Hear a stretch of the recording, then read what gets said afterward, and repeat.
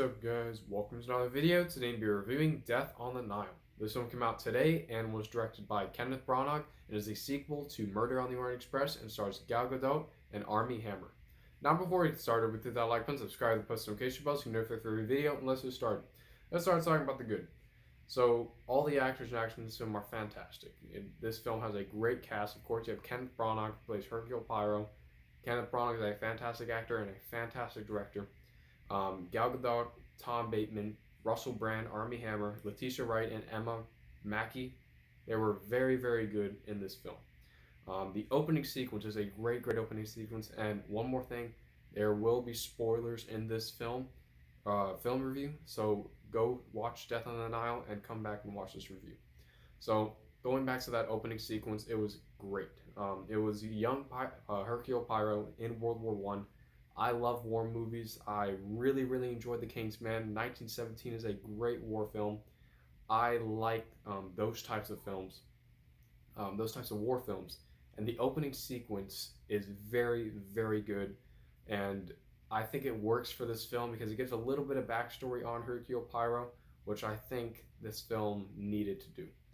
The cinematography, which of course includes the shots, the cameras, the lighting, fantastic. Kenneth Branagh, once again, a great director.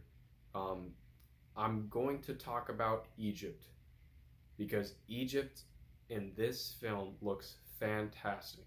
It looks very, very well done. The CGI looks very, it's not apparent. It's not apparent at all.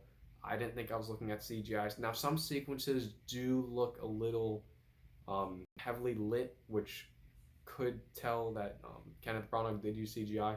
But most of it was very, very well done. I really liked how he implemented the shots, the camera angles, the lighting, in terms of cinematography, as well as the entire set design.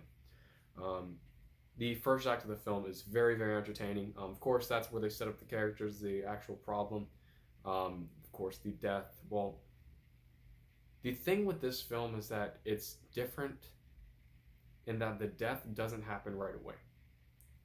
Like I said, there are going to be spoilers in this review.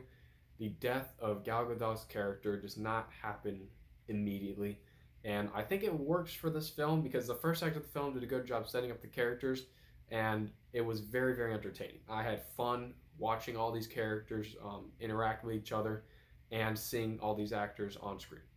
Now let's get into the character interactions. There are some great character interactions in this film.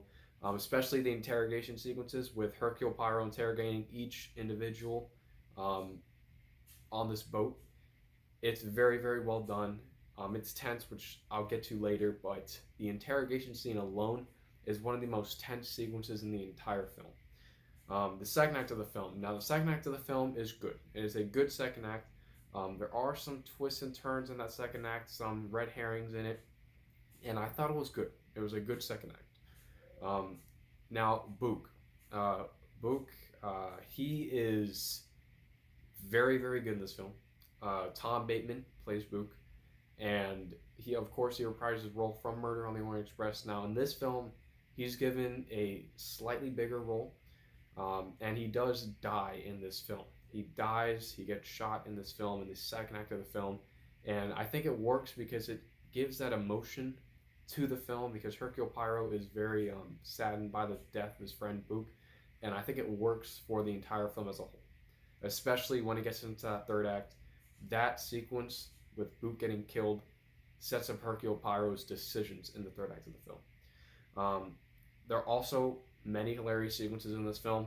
All the characters, their banter and their interactions, a lot of it was played for comedic relief, and I think Kenneth Branagh did a good job of placing those sequences in parts of the film that weren't supposed to be emotional. The dialogue. Now, there is some very, very good dialogue in here. Kenneth Branagh, like I said, great director. He knows how to write his scripts, and the dialogue in this film, I thought it was good. It was good dialogue. It was quippy. It was good. It was good dialogue.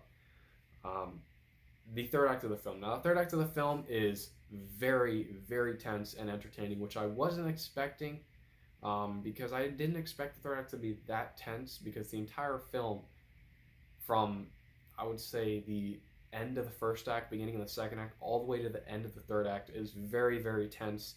And I liked how Kenneth Branagh used the cinematography with the shots and the camera angles, especially with the lighting, in order to make those sequences as tense as possible. So I think the third act of the film captured all of that.